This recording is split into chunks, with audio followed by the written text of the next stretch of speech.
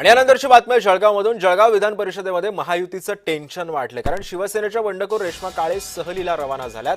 भाजपचे उमेदवार नंदकिशोर महाजनांपुढे आव्हान आता उभं ठाकले। शिवसेनेच्या नगरसेविका रेश्मा काळेंचा विधान परिषदेसाठी उमेदवारीचा अर्ज दाखल करण्यात आलाय, मात्र आज अर्ज मागे घेण्याचा शेवटचा दिवस आहे। भाजपचे उमेदवार नंदकिशोर महाजन यांच्यापुढे आता आव्हान उभं ठाकलंय।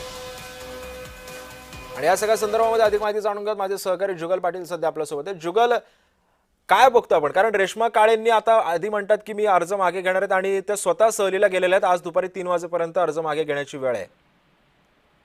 नक्कीच या ठिकाणी शिवसेना शिंदे गटाच्या ज्या नगरसेविका आहे रेश्मा काळे या नॉट रिचेबल आहे।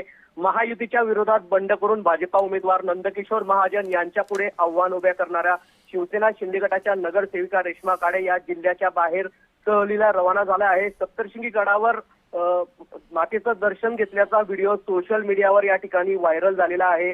कुठेतरी मंत्री गुलाबराव पाटील यांचे पुत्र प्रतापराव पाटील यांना या ठिकाणी उमेदवारी न दिल्याने शिवसेनेच्या नगरसेवकांनी या ठिकाणी पाठ फिरवली होती, मात्र ते काहीसे शिवसैनिक नाराज होते।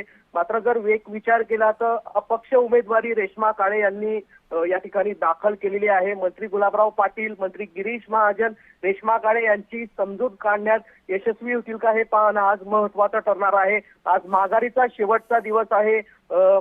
सहलीला गेल्यामुळे रेश्मा काळे कुठेतरी नॉट रिचेबल आहे। मंत्री गुलाबराव पाटील, मंत्री गिरीश महाजन नेमकं या संदर्भात आता काय भूमिका घेतं हे पाहणं महत्त्वाचं ठरणार आहे। सिद्धेश सर, नक्कीच धन्यवाद जुगल, तुम्ही दिलेल्या सविस्तर माहितीबद्दल।